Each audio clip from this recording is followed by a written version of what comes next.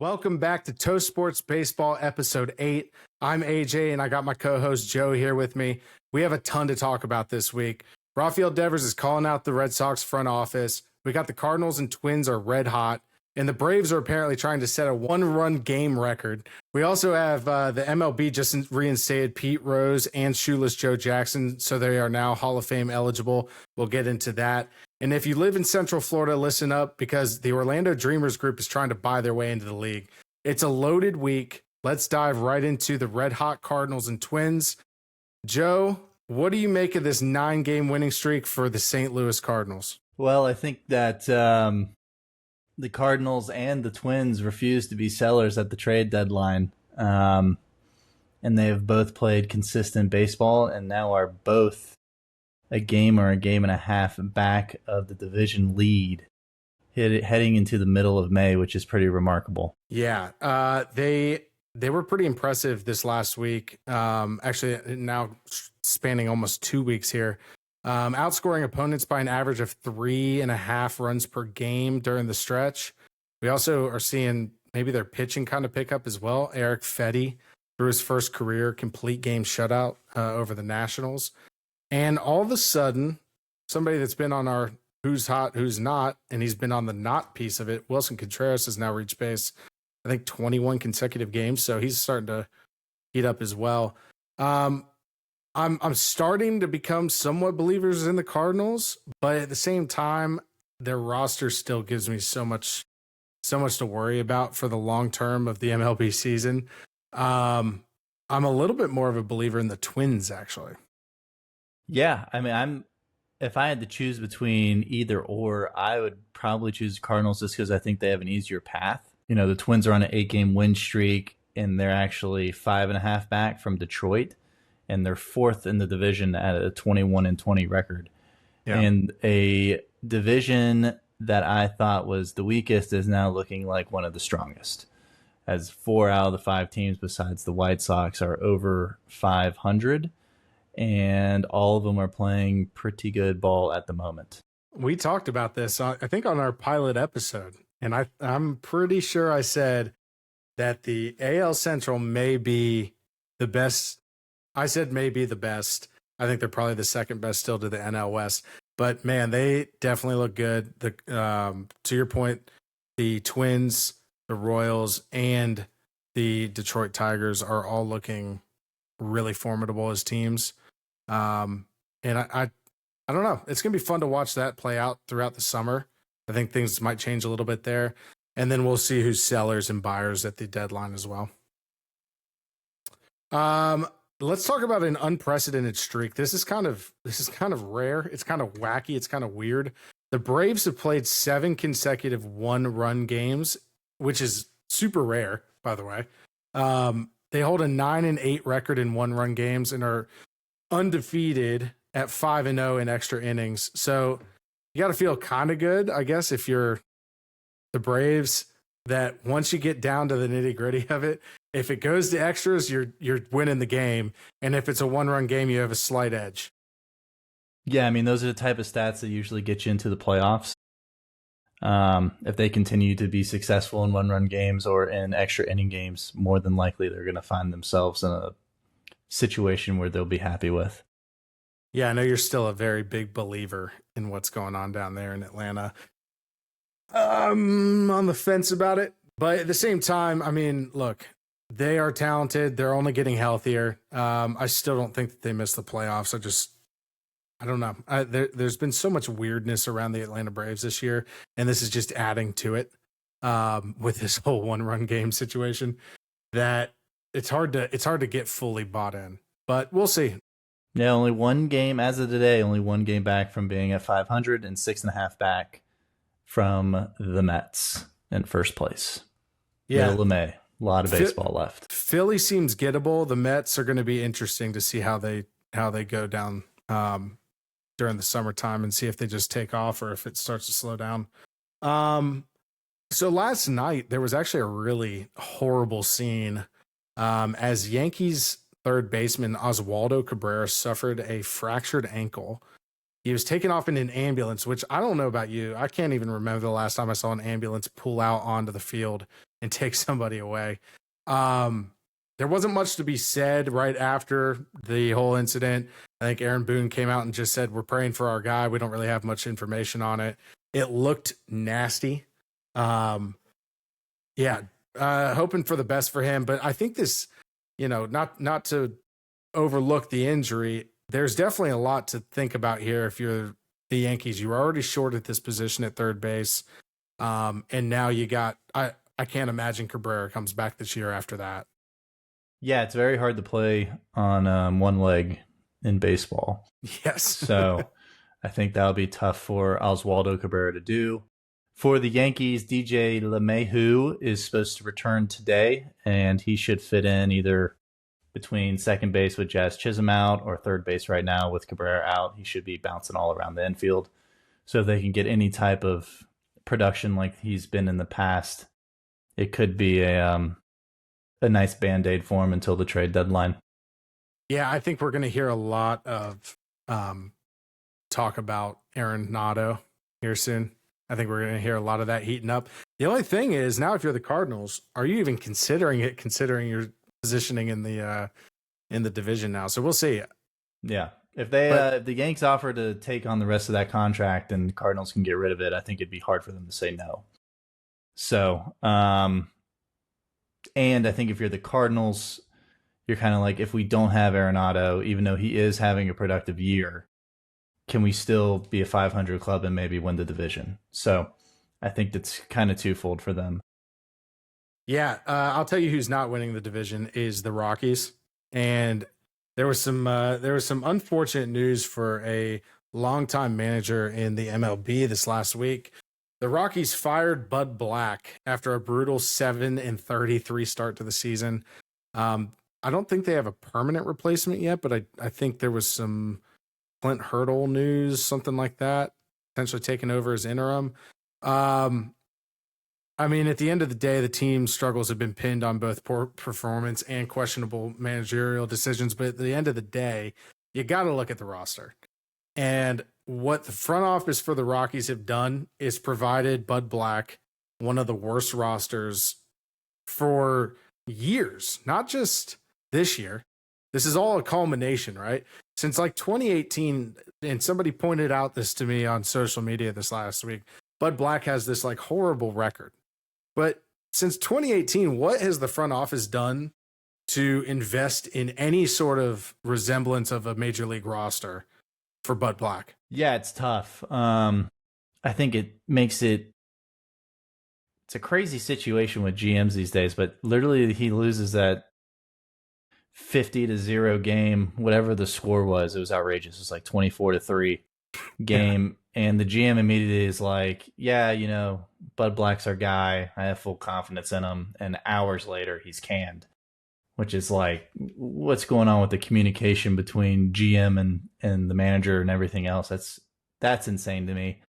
But, you can only do so much from what you're given. And if they thought Bud Black wasn't developing their young players like he should have been over the past 6-7 years, however long he's been there, I think this is year 2, 4, 6, 8. This is year 9.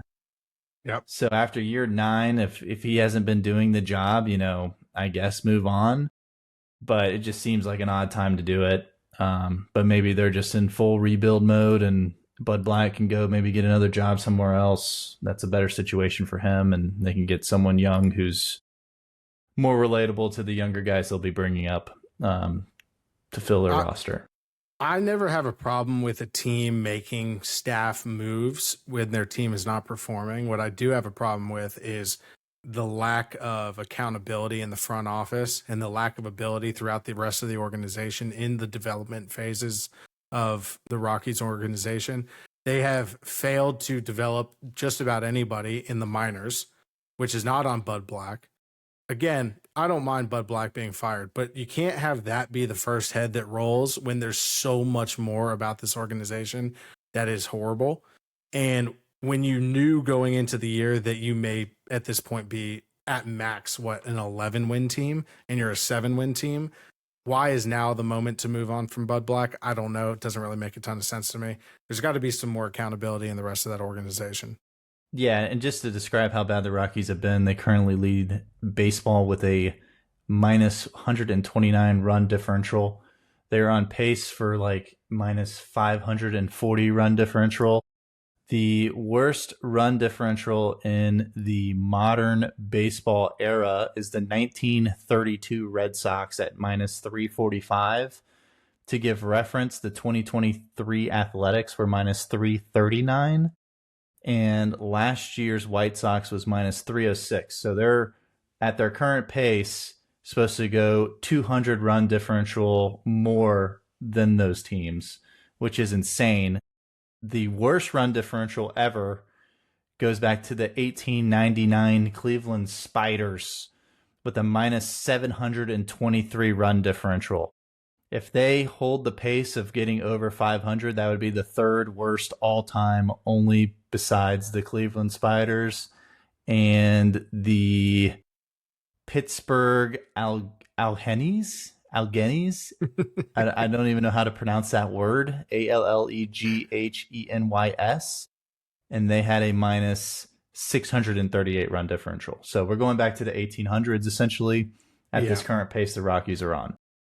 Yeah, it's horrible. And speaking of the Pittsburgh teams, there's another manager that was also relieved of his duties. They fired Shelton and they promoted Don Kelly.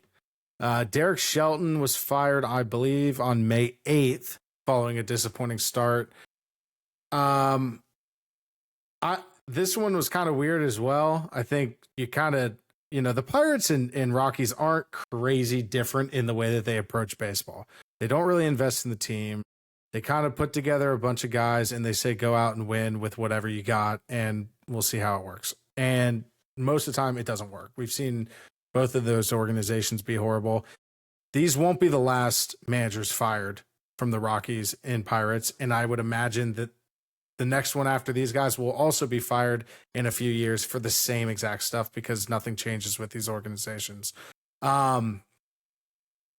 I don't have a problem with it. Again, I think they're underperforming a bit too. I think Paul Skeens came out and said somebody had to be held accountable. It's like, so I don't know if that really screams from the rooftops that he was happy about what was happening inside the clubhouse anyway. So who knows? Yeah, I think the Pirates definitely had higher expectations than what their performance is doing this year. Don Kelly is a Pittsburgh native. He used to do trick-or-treating at Jim Leland's house, which Jim Leland used to be the manager for the Pirates back when Barry Bonds played for him. So maybe the hometown feel has an idea of what success does look like in Pittsburgh. Can be a shock of energy for a young core.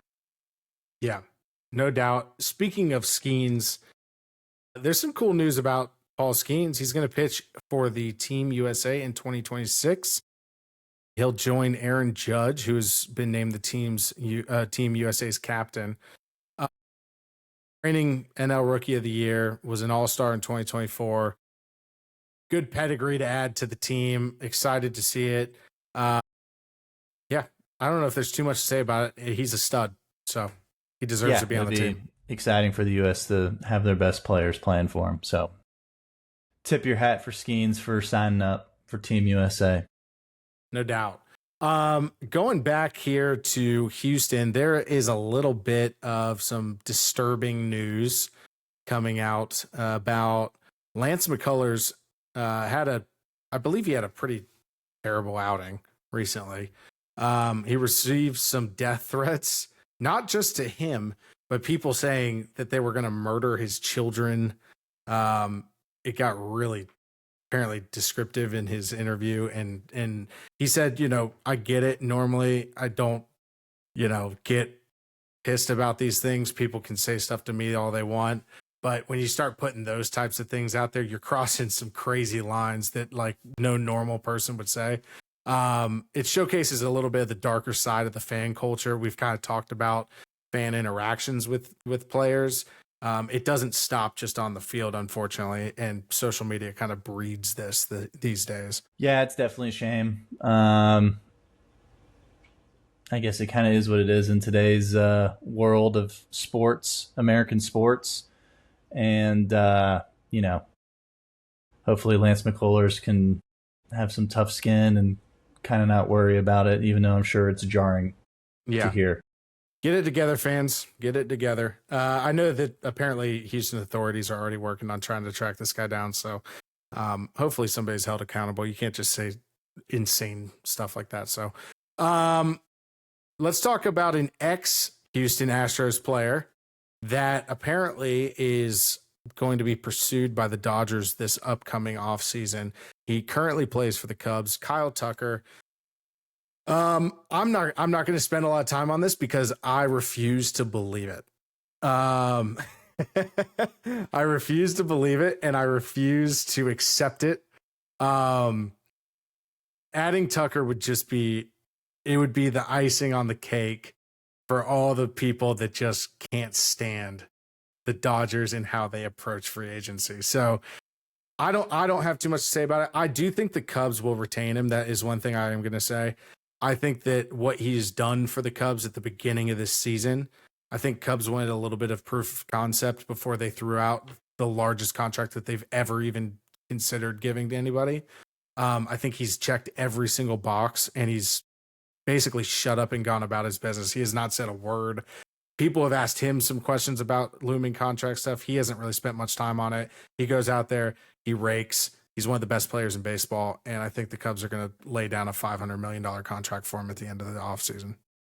Well, I hope they do. I mean, the pressure's definitely on him now. I mean, it's going to be hard to turn down a Dodgers offer of that type of money to play with those guys and be in World Series contention every year. So, interesting that type of stuff can leak, because I thought that was like not allowed to discuss free agents until it's free agent time, and somehow that still gets out there, and haven't seen a slap on the wrist or anything for the Dodgers for doing that. But yeah, it's definitely a scary thought for baseball if he does join the Dodgers. And I think more importantly, the Cubs, it's basically they are forced to re-sign them now. If they don't, they'll never hear the end of it. Yeah, especially when you gave up what you gave up to get him, and then to turn around and not be able to sign him would be gross negligence at its best. And I would expect ticket prices to come down, which won't happen. Speaking of pricing, there's a group out of Orlando, the Orlando Dreamers Group, which to our knowledge would be the name of the team if they got an MLB franchise to come there. They have raised $2.5 billion for an MLB team. My understanding is $1.5 billion was for the actual acquisition of a team, and then $1 billion would actually go toward a stadium. So they're really willing to put in a lot of funding for this. It's, I guess, backed by investor Rick Workman. I think it's just going to stir up a whole another group of relocation questions for the Rays. I think it'll start some MLB expansion debates. But if you're in North Central Florida, or if you're in Central Florida, you might be excited about this. MLB in Central Florida, I think, would do pretty well. Yeah, I mean, I think Jacksonville would be a little better, but clearly they have the team to bring a team there, which is obviously the most important detail. Yeah. The pictures of the stadium look really sweet. I believe they're across the street from SeaWorld. The complex looks insane. It'll be a dome-esque concept, but to me, if I'm the MLB, why would I have a team in Orlando and Orlando and Tampa? They're just so close. You would think that they would just move the Rays to Orlando, kind of solves their stadium issue. And then they've kind of had the opportunity to prove that they can have fans attend their games, and they haven't. So why not give Orlando a shot if they're building a stadium like that? So I think there's probably would be a couple cooler expansion cities I'd like to see other than Orlando. I think one of them Nashville. would be Charlotte here, Nashville. Nashville, even like Vancouver, or even bring back Montreal. But the Orlando Dreamers. Yeah. Probably arguably the worst name in baseball if they get approved. So We'll see. I mean, things change overnight with naming of teams and stuff. They might have to, change some of their website data, but other than that, nothing that they can't afford apparently with $2.5 billion. So let's talk about the news that dropped today, which is super exciting, I think, for baseball fans. I think a lot of people have been waiting on this. It's overdue, simply stated. Pete Rose and Shoeless Joe Jackson had their bans lifted. Lifetime bans, by the way, for those that don't know. Pete Rose was banned by the MLB for reportedly betting on baseball games, his own team winning.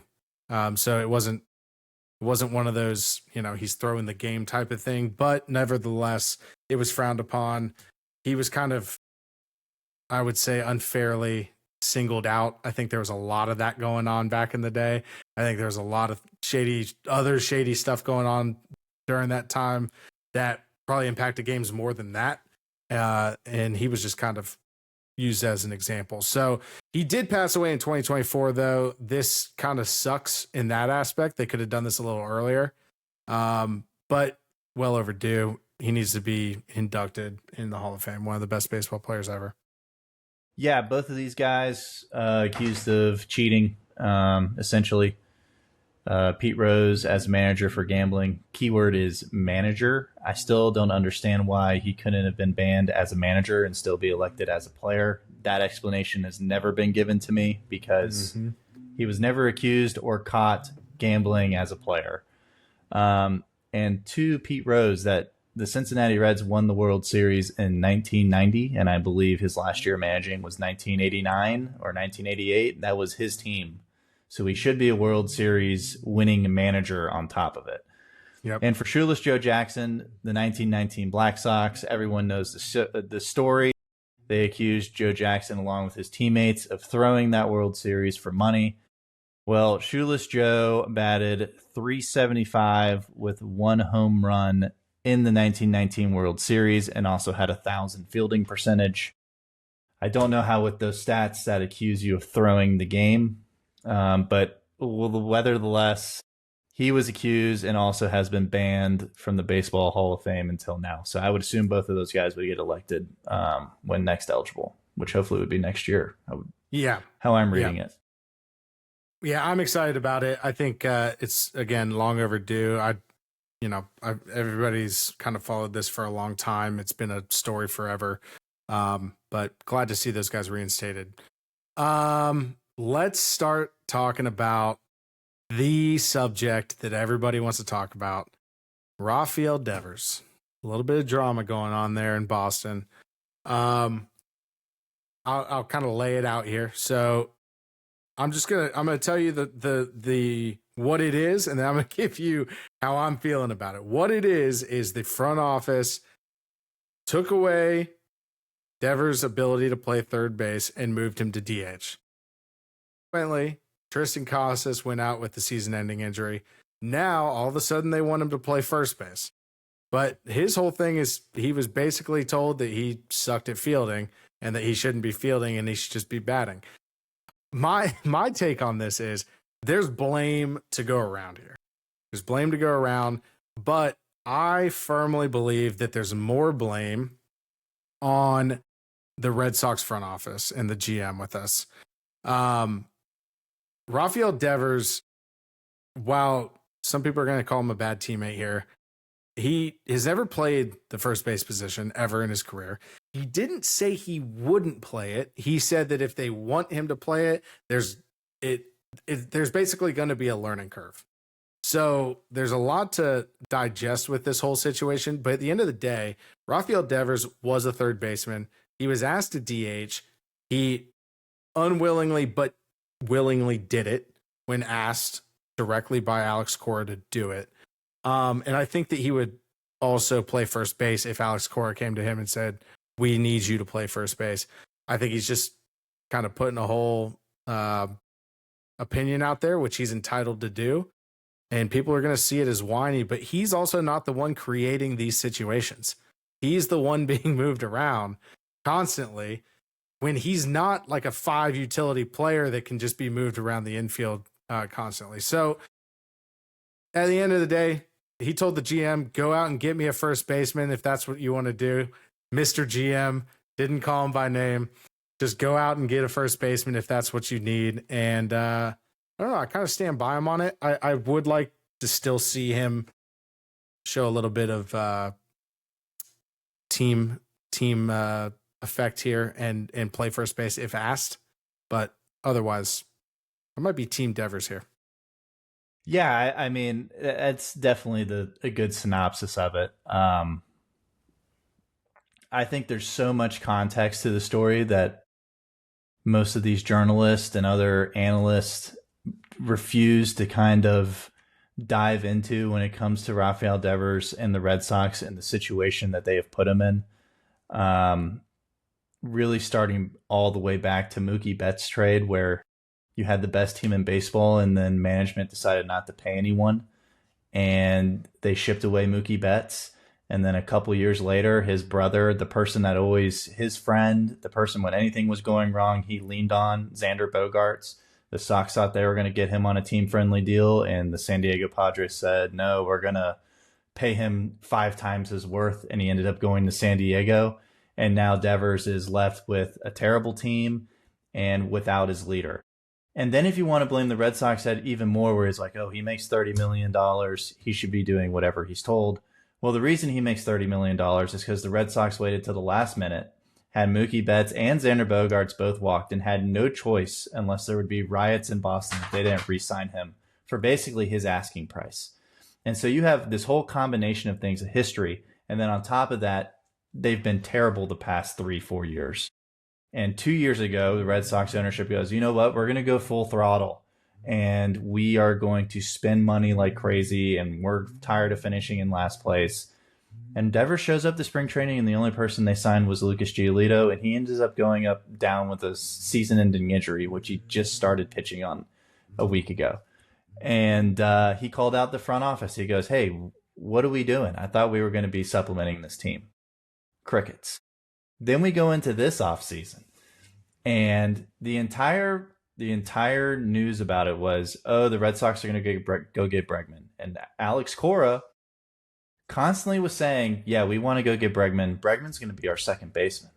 You know, no conversation to Devers were happening about, hey, you know, there's a chance we can upgrade third base. And if that happens, like, you're going to be moving off third base. No, the narrative was Alex Bregman's going to play second base.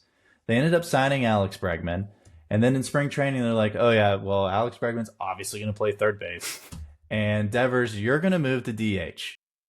Zero communication between the front office and Alex Cora, which I partially blame him as well. Mm-hmm. And, you know, Devers is very upset about that. He's been the third baseman since 2017. He was promised by the GM before Breslow, Chaim Bloom, that he was the third baseman of the future. And really, John Henry's the one that promised him that as well, because John Henry takes credit of extending Rafael Devers.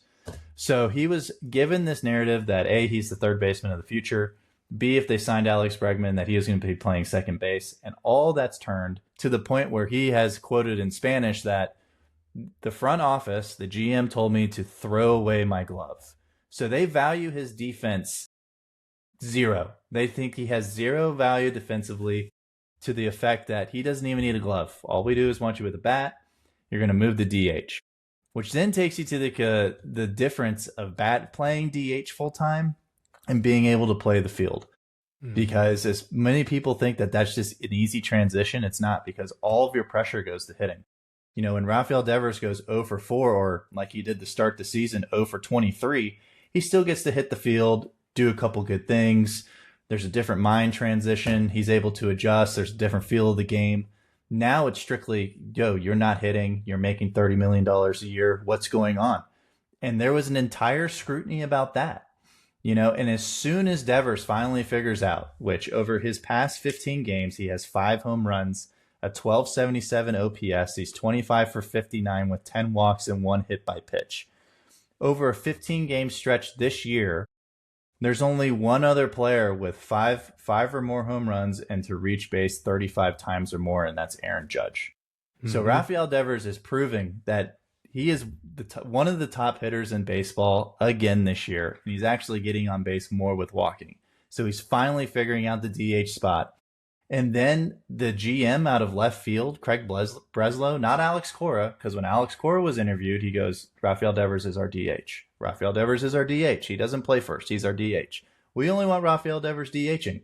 And then the GM steps in, which isn't his job, and goes, oh, hey, Rafi, we're going to need you to go to first base. And then someone sticks a microphone in front of Devers and he goes off. I don't agree. All that should be handled internally, which is why I think John Henry came all the way down, flew out, not with the team, to go to Kansas City to meet with Devers and Cora personally. Breslow was not in that meeting to kind of be like, hey, if we have issues, we need to handle that internally. This is what I'm assuming. Nothing's been stated about this. But I cannot remember the last time a superstar player that's been producing for a team that's been terrible for 3 to 5 years. Well, really since 2021. So for 4 years, they've been terrible. And he's been the only centerpiece, the only selling piece for the team. And they run him through the mud in the media, because of poor communication. I've never seen anything like it. And do I think that the Boston Red Sox are a better team if he's able to play first base? Yes, it gives them a lot of roster flexibility. But the communication to Rafael Devers, your superstar, your franchise player, has been horrendous. And it's really been horrendous for several years, but especially bad since this offseason. So I fully get Rafael Devers' anger towards Craig Breslow, because he's not doing the proper commands of chain to kind of illustrate his image of how he thinks his team could fit and be at its best. And instead, he's kind of just assuming that he'll do stuff instead of, kind of asking him, which some people might think that's he shouldn't have to. But I think when you're the third baseman or you played a position for that long, I mean, Jeter didn't move off shortstop when A-Rod came. A-Rod was the better shortstop. Jeter still got to play shortstop. I'm not saying Rafael Devers is Derek Jeter, but he's definitely in the realm of the same type of player, same type of superstar. So, I think it's a shame. It's probably a reason why the Red Sox are around 500. I don't think it's a clubhouse issue, but it's just a issue that they've had to deal with all year. And once again, it rears its ugly head because of the poor communication that's been going on within the organization. Yeah, and to your point, it is definitely. Thanks for that monologue, by the way. I think it's summed up exactly what we were trying to convey here. I think we're both speaking the same language on it. It's a long time coming, and there's just this like cloud looming over the entire Red Sox organization right now. It's not going to derail their whole season most likely, but it's definitely just like clouding the way that the team could be gelling when you have the GM basically overstepping the manager to make managerial decisions. You got your number one superstar is unhappy because he's being thrown around the ringer, being told what to do by people that aren't communicating with him on a day-to-day basis. So it's tough. It's a tough situation. I don't know I don't know if it can be repaired from a relationship standpoint. You kind of what you laid out, right? There's a lot to think about here, and it goes way back in the years with Bogarts and Mookie Betts and all those guys. So this is deep rooted. I don't know if it could be completely repaired, but hopefully they can at least patch something together and make it manageable. Yeah, I mean, I don't think the Red Sox have a choice, because even if they tried to trade him, they're not going to get the package worth his value. So, and I don't think you want to trade him. I don't think you want to trade him. You got to figure it out. If anyone knows Devers, it's Cora. So, I think I think if it was communicated correctly, Cora has a conversation with Devers, not immediately after Tristan goes down, but throughout the weeks, like, hey, we should try out first base. I know we thought you were going to be the DH forever, but this gets you back in the field, whatever. Yep. And I think Devers does whatever Cora tells him to do, because I think there's a respect there. But Craig Breslow telling Devers that, I don't even know if Devers knows Craig Breslow's name. It's just GM. the GM. The GM needs to do this. The GM needs to do that. Yeah, it's a weird situation, man. I think we're all going to be monitoring it closely. You probably more than others, being a Red Sox fan yourself. So something to watch out for. I'm sure it'll be a topic of conversation going throughout the season. Let's change it up a bit here and talk a little prospect watch. We've got two guys that are getting called up. I believe they're both making their season debuts today, which is Tuesday, the 13th. One of them is making their MLB debut, but Jordan Lawlar is getting the call for the Diamondbacks. And all he's done this year in 37 games is bat a slash line of 336, 413, and 579. With 23 extra base hits in 37 games, 31 RBIs, and 13 stolen bases with a 992 OPS. I'll summarize for people that don't know what all those numbers mean. He is absolutely hitting the baseball at an elite level, and should have probably been called up a few weeks ago. The only worry with this guy, he's a little bit made of glass. He's had a lot of injury issues already in his career. But if this guy can stay healthy, watch out. He's going to be a stud. Yeah, and the Diamondbacks only get better. So it's nice to see clubs have their best talent on the major league level. Yeah. It's a crazy concept for a lot of MLB teams to have your best talent, even if they're 20 years old and they're in AAA, but they would be one of your main producers on the major league level, actually calling them up to be at the major league level. Crazy. Yeah, I have a feeling we're probably gonna hear about that here in a second as well. I think his name is Moises, but it might be Moises. I'm not really sure. It's Moises, Moises or Moses. Ballesteros is not the hard part of his name. Ballesteros is getting called up by the Cubs. The dude has been raking in AAA at Iowa. He has been one of the best hitters in the minor leagues, only really topped by a couple of other guys that we're going to mention. And the best part about it, he's a big dude. He's a big dude, but he's 5'8". So short king. Your man is here. Absolutely. Thighs. Yeah, I love watching short, big guys go out there and just smash the baseball. It's gonna be a lot of fun to watch. He does play catcher, which is going to be a bit of a interesting transition. He's going to probably just be DHing. Between Miguel Amaya and Carson Kelly, they've pretty much got the catcher position locked up right now and don't really need him to catch. If he does present an upgrade over either of those guys behind the plate, though, maybe one of those guys moves over to the DH position. So we'll see. I'm excited to see him play. Hopefully by next week, we're talking about what a ridiculous debut he had. So fun times. There's a couple other guys here that we're going to talk about real fast. Let's just pile on to the Red Sox. Let's just do it. Roman Anthony and Marcelo Mayer remain in prospect purgatory. Why is that, and what's going on? Why can't they get called up? These guys are raking at the AAA level.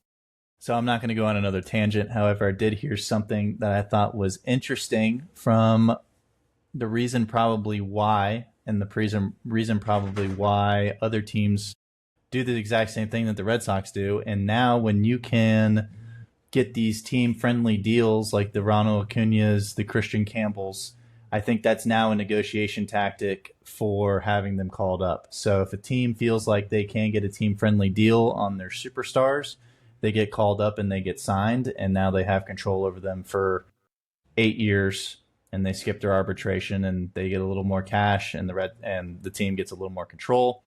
And if they don't, then they play the arbitration game, which means they're going to stay down, and they get to keep the service of that young talent for as long as possible. And I think that's the situation with Roman Anthony and Marcelo Meyer. Not that I have any inside scoop that they have denied long-term contract deals. I do think that they are probably going to want more than the Securos and the Christian Campbells want. They're probably going to want like $200 million. And so I don't think the Red Sox are ready to offer them something like that. So they stay in AAA. Shocker, the Red Sox not willing to spend money. Yeah, I can't wait to watch those guys. All four of those guys that we just mentioned in the majors. It's cool that we get to see at least two of them right now. Many more prospects to be called up, especially throughout the month of May and into June. Really exciting stuff. I can't wait to recap some of these guys' debuts and see how they perform. Let's take a quick snapshot of the current standings in Major League Baseball. And I'm going to run through them real fast, and I want you to tell me if any of these surprise you. And we'll go from there. So right now we have the Yankees in the AL East with a 3-game lead. We have the Tigers with a 2.5-game lead in the AL Central, and we have the Mariners in the AL West with a 1.5-game lead. Let's start AL. Do any of those three teams necessarily surprise you as leading their divisions? And who do you think is the most disappointing in any of those divisions? No, I think as of the last couple weeks, these three teams have been kind of the front runner for the East, the Central, and the West. It's a very large pool of teams that are in playoff contention for the AL. So I think there'll be some more changes throughout the year for all three of those of who the leader is at the time when we do our podcast. Yeah, I would say out of those three, obviously, I actually picked the Mariners a while back. This was during the offseason. I got a little bit of heat from it from some people on social media. I actually said the Mariners were going to win the AL West. I kind of walked that back a little bit because I really thought that the Rangers would take control of that division. There's nothing to say that that's going to happen. All I'm seeing is the Athletics play well above what they probably should have been, or maybe where they should have been, and we just kind of all thought, hey, it's the A's. The Astros have been meh, and the Angels are just kind of causing a problem. You know what I mean? They're not doing that much, but they're winning enough games to kind of be a thorn in everybody's ass in the AL West. So it's going to be interesting to see how that one plays out. But the Yanks and Tigers don't necessarily shock me. They're two of the most talented teams in their divisions, and anybody can really win it in those divisions. So let's move to the NL. So the Mets have a 2.5-game lead. The Cubs have a 1-game lead, and the Dodgers have a 1.5-game lead in what is baseball's most electric division. I'm not shocked by any of those three at current day.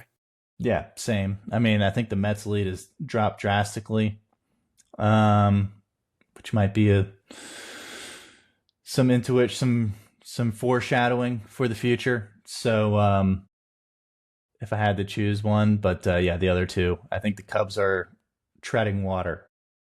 So a lot of injuries. I think the Dodgers are going to be fine. I think the Dodgers are going to actually start pulling away with it. So from that division, the division will still be very competitive, but the Dodgers will just be in a different gear. Yeah, the only ones that I'm starting to kind of, when I look at the NL West, the Padres, and when you look at their team and how it's built, you got your star power, you've got really solid pitching. You're kind of looking for a guy on that pitching staff to kind of break out and be like a bona fide ace, which I think we all thought Cease would be. But if he's not, the Padres have shown over the years that they're not scared to go out and spend some money or trade some guys to make some acquisitions. It wouldn't shock me to see the Padres really still kind of keep the pedal to the metal throughout the year and just cause a lot of problems for the Dodgers. But to your point, I still think the Dodgers will end up winning that division. But I don't know if I see them pulling away as much as you may. And then looking at that Central, I mean, the moral of the story here is we talked about them at the beginning of the podcast. The St. Louis Cardinals are 9-1 in their last 10 games. They're on a 9-game winning streak. They've basically gone from bottom of the barrel to contenders in the division, which we all know about the Central. That can happen. It's anybody's division every single year. And the Cubs are going through it right now with injuries. You already lost Justin Steele at the beginning of the year for the year. You lost Imanaga for the next couple weeks. And now Ian Happ is hitting the IL. So there's a lot that you're having to deal with. You're bringing up a lot of young guys and trying to, just plug and play. But what I will say is I kind of trust Craig Counsell with this. This is kind of what he does. He just kind of makes it work and wins games when he probably shouldn't. So they're still scoring runs and they're doing it at a high level. They just need to tread some water, kind of like you said. Keep the lead as much as you can. Yeah, I agree. Speaking of some of these teams, let's look at some of the last week's predictions. I'm laughing already because it was horrible for one of us, and that one of us was me. I think I said this on the last podcast too, so it's starting to become a trend, and we need to break this off hopefully this week. Let's run through them quick. So Texas versus Detroit last weekend. I took the Detroit Tigers 2-1, while Joe took the Rangers 2-1. The Tigers took the first game and then proceeded to absolutely get crushed by the Rangers. The Rangers took that one. Joe picked up the win there. Cubs versus Mets. We were both pretty confident in the Cubs going into that one. And I don't think we were wrong. And I know this is going to kind of sound like a homer situation. The Cubs absolutely melted down at the very end of two of those games. It was a very, very close series. Also, the Cubs not being healthy definitely screwed us a little bit there as well. But at the end of the day, the bullpen blew it for the Cubs, especially in that last game. But got to credit the Mets. They, stayed the course and scored enough runs to win. Griffin Canning also, that guy all of a sudden is a stud, and I don't get it. I know I'm going to get this whole thing with the Mets pitching lab and all this crap. But dude, that guy who has been a near 5 ERA player, and his FIP is even above that for his career. And yet he's out here pitching like prime DeGrom. It's frustrating to watch. Classic AL to NL. Yeah, classic. Speaking of the AL, by the way, we both lost that one if you guys weren't keeping track. Red Sox versus Royals was the next one. I had the Royals 2-1. Joe had the Sox 2-1. Should have been a sweep. Should have been a sweep. His Sox took it out. Actually, pretty heavily. Yeah. Royals didn't score more than one run in the game. Yeah, it was not Devers fun. had more RBIs than the entire Royals offense in 3 games. But yeah, there's something to be said there too with the Royals. They are sputtering a little bit right there. Just last week, but hopefully they can keep it up. They are 8-2 in their last 10, so maybe they just met a hot Red Sox team and actually just a hot Rafael Devers. Dodgers versus D-backs was a fun series. There's a lot of back and forth in this. Dodgers, I had 3-1. Joe had the split. It was indeed the split. Joe won that series as well. So for you guys counting at home, that is a 0-4 week for me, and that is a 3-1 week for Joe, which puts our season totals at Joe at a 13-11 record, with me being a 10-14 record. We're gonna change that up this week though. It's happening. It's happening. I took a big lead, and you have never looked back once you regain that lead. So this is fun though. I really do enjoy the prediction piece of this, and we've got a couple more for you at the end of this episode. Yep, and I continue my winning streak in fantasy baseball as well. Yeah, let's talk a little bit about that. Let's just pile on here. Go ahead and talk about your little late afternoon surge on Sunday. Yeah, I believe the note reads Joe surges on last day to defeat AJ in 2-week matchup, which is true. I think I was down 8-3-1, 9. Something like that. Yeah, going into Saturday, and the offense poked his little head out of the ground and made some moves. So that was huge. That puts me in second place in our league, only behind one other person. Ponte Vidra Piss Meisels in first place. To put it out there, so the final category score was 7 categories to 5, and we tied 1. So I lost 5, 7, and 1. It was extremely close across the board. We both scored 81 runs. Joe had 25 home runs to 22 home runs for myself. And everything else was within a fraction of, a minor fraction, across the board. So it was a fun week. It was a fun 2 weeks. Hopefully, I don't know if we get to play again this year. We may, but hopefully that's not it, and we'll meet each other in the playoffs. That's right. So, being commissioner of our league can be tough sometimes. And, there's some pressing things that happen. There's some drama that gets stirred up, especially, when things don't go the way that the rest of the entire group sees fit. So go ahead and break down our most recent drama, which has finally arrived in the league. We've been waiting on it, and here it is. Yeah, so we use our system we use is Fantrax. Shout out to Fantrax. Still think it's the best one out there for fantasy baseball. And we're doing a dynasty league, and for some reason on the waiver wire pool, there are non-MLB organization players. So you have high school players, you have college players, and you have international players that are currently not a part of an MLB organization. We have a minor league system in our league where we have specific minor league slots, and we had a member pick up 3 non-affiliated players, so high school, college, or international people not owned by MLB organization on their roster.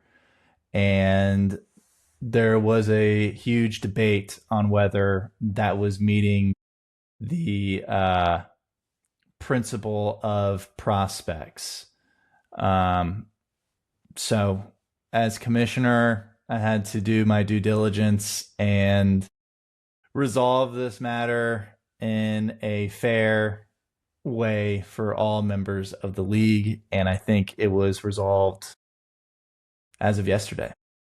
It was resolved as of yesterday. Yeah, it's funny when you get a bunch of guys together and you talk sports and you play sports, and you have a competitive group, things definitely tend to catch fire like this. So I think at the end of the day, the consensus from the group was for the betterment of the league. Because I think there was one thing that was kind of left out there. We had agreed to a first year player draft each year so that everybody in the league has a chance to draft these new guys who will be coming up through the college ranks or high school ranks and will be affiliated with MLB teams. And it kind of creates a reason to have a draft each year and get together and have a draft. When guys were being pulled onto rosters that aren't even affiliated with teams yet, it kind of ruins the allure of having a draft when all the top guys are out of the draft, or even a handful of the top guys are out of the draft. Specifically 1, 2, 3, and 4 are out of the draft. There's no real reason to have it. So I think the consensus was that there needed to be some sort of compromise. It was met with some resistance at first, and I think cooler heads prevailed. and the commissioner did his job the best that he could. It won't stop. It won't stop people from still not being happy with the resolution. But at the end of the day, what happened is this individual was able to hold on to one of the players because they had found this quote unquote loophole or advantage to the waiver wire.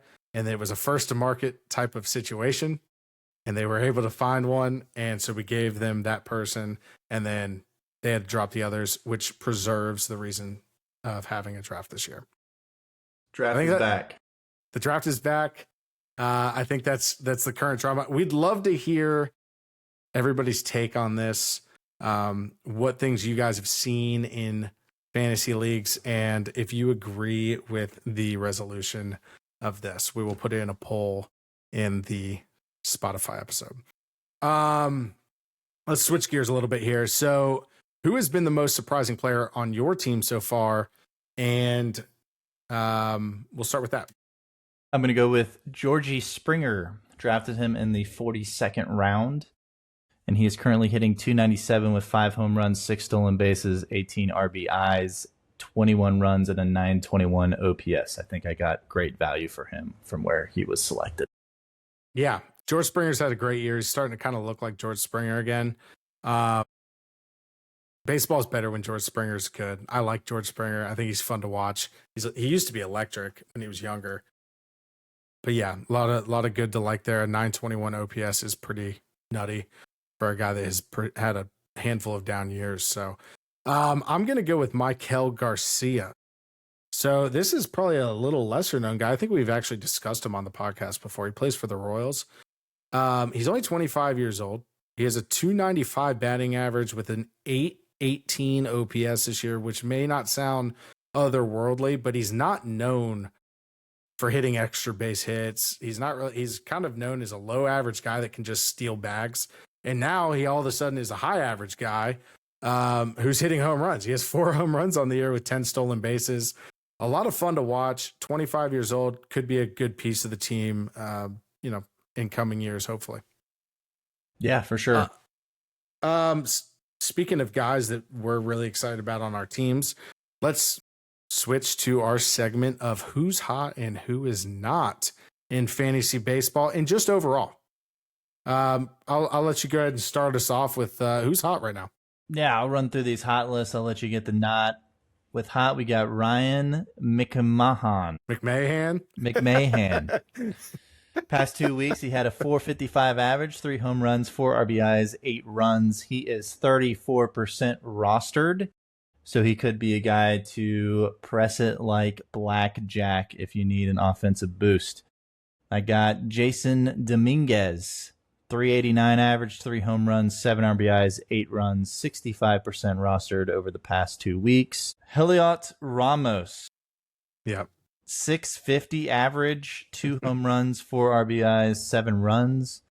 Freddie Freeman hitting .522, 2 home runs, 10 RBIs, 6 runs. By the way, this is all over the past 2 weeks. Mm-hmm. Zach Wheeler, 17 Ks, 1.29 ERA, a 0.64 WHIP. Nathan Eovaldi, 14 Ks, 0.69 ERA, 0.69 WHIP.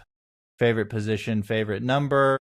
Eric Fetty, 8 Ks, 0 ERA, a 0.67 WHIP. He is also 18% rostered. Yeah, so I'm going to point 2 guys out on that list that are wowing me. And these are not normal numbers, guys. Nathan Eovaldi with 14 strikeouts and less than basically a hit or walk per inning. And his ERA is also under a 1. Very impressive. And then Heliot Ramos, 650 average is not normal. I don't care if it's in a week span. I don't care if it's in a 3-day span. A 650 average is not normal in the major leagues. So kudos to that guy. He's been raking. Let's talk about the knots. This is the most fun segment because we just get to talk about how horrible people are. Jordan Westberg has been absolutely atrocious. He in his last 14 days is batting a 136 batting average. And during that horrible streak, he actually went on a 0 for 30 run, which was actually broken up by a solo home run that he hit. So yeah, he's been pretty terrible. And to be fair, the O's overall have been horrible. So he's not being singled out in that aspect. Let's talk about our next favorite guy, Willy Adames, out there in San Francisco. Grass isn't always greener, buddy. You left your confines of Milwaukee where you could hit a bunch of home runs, and you went over to one of the worst hitters parks in baseball. And what has that got you? 4 home runs over 186 plate appearances this year. He's hitting 217 with a 632 OPS. Once a power bat, now just a lame duck. And then Tanner Houck. What can we say about this guy? He's had 2 games this season. We're just piling on to the Red Sox today. This isn't a Red Sox episode because if you're a pro Red Sox guy, you don't want to listen to this. Tanner Houck, 2 games started this season, allowing 11 plus runs in 2 starts this year. He has an 8.04 ERA in 9 starts. Horrible. And yeah, I don't know what his place is going to be in that rotation moving forward. He can't seem to get it together. But I digress. Let's talk a little bit more fun stuff because that was depressing looking at those guys' stat lines. Series to watch this weekend, and here we go. We got the Mets versus Yankees, the Subway Series. Miguel versus Fat Bald Rodon. He's back on the weekend watch. Game 1, we got Canning versus TBD for the Yanks, and then Peterson versus Schmidt. I have the Mets going 2-1. Take 2 out of 3. Who do you have? So I'm going with the Yanks at home. I think that the Yanks can hit more bombs than the Mets can. And I think Soto is going to get a very disgusting, horrible welcome back. And with that, he's not the most mentally tough guy in the league, in my opinion. And I think that he will underperform. However, I think the Polar Bear is going to go nuts this weekend, guys. I think he's going to hit like 5 homers. But I'm taking the Yankees 2-1 in the Subway Series. Okay. We got Seattle versus San Diego. Evans versus Kolek, game 1. Miller versus Pivetta, game 2. Hancock versus King, game 3. I like the rotation better for San Diego, but I'm still going to go with the Mariners winning 2 out of 3. Yeah, I think this is probably going to be the best series of the weekend if I had to put it on it. I'm going to go with San Diego. Their home record is still pretty impressive. I'm going to pull that up real fast. So their home record this year 14-5 is still a 14-5. So, Seattle's hot right now. They're playing well, but they are starting to sputter a little bit. They're 4-6 in their last 10 games. So I'm going to go with San Diego Padres 2-1. Give me Pivetta and King. Good luck on that. All right. We got Athletics versus the Giants. There used to be a name for this series, but the Sacramento, Las Vegas, Mars Athletics, they're taking on the San Francisco Giants. Sears versus Webb, game 1. Severino versus Roop in game 2. Springs versus Verlander, game 3. This is where the Giants should win the series, but the gut tells me to pick that Athletics 2 out of 3. I so badly want to pick the Athletics. I just can't get myself to do it yet. I'm holding on to old theories about the Athletics still being a bad team. Give me the Giants 2-1 at home. I like Webb and Verlander to pitch. Pretty good games. It's a tough park to hit in. But man, I have a feeling that's going to be one that I'm going to go back and say I really wish I would have taken the Athletics, but I'm gonna stick with the Giants right now. All right, and then our last game, we got the Red Hot Cardinals versus the Kansas City Royals. Game 1, Palante versus Reagans. Mikolas versus Lugo. Hate Mikolas. And Liberatore versus Waka. I have the classic Royals sweep. Yeah, if you guys are betting on games, and I tell you to bet against Mikolas, don't do it because he's gonna go out there and act like a Cy Young. It happened to me already once. I refuse to bet against him here. I'm taking Reagans and Waka to win their 2 games against the Hot Cardinals, but I do think that Mikolas is going to beat Seth Lugo, and now I'll be wrong. So I'm taking 2-1 Royals. All right. Yeah, that's a wrap on episode 8. If you guys enjoyed the show, make sure that you follow us wherever you get your podcasts. Hit us up on socials. We're always available. Love to chat with you guys. New episodes drop every single week. And until next time, stay toasty.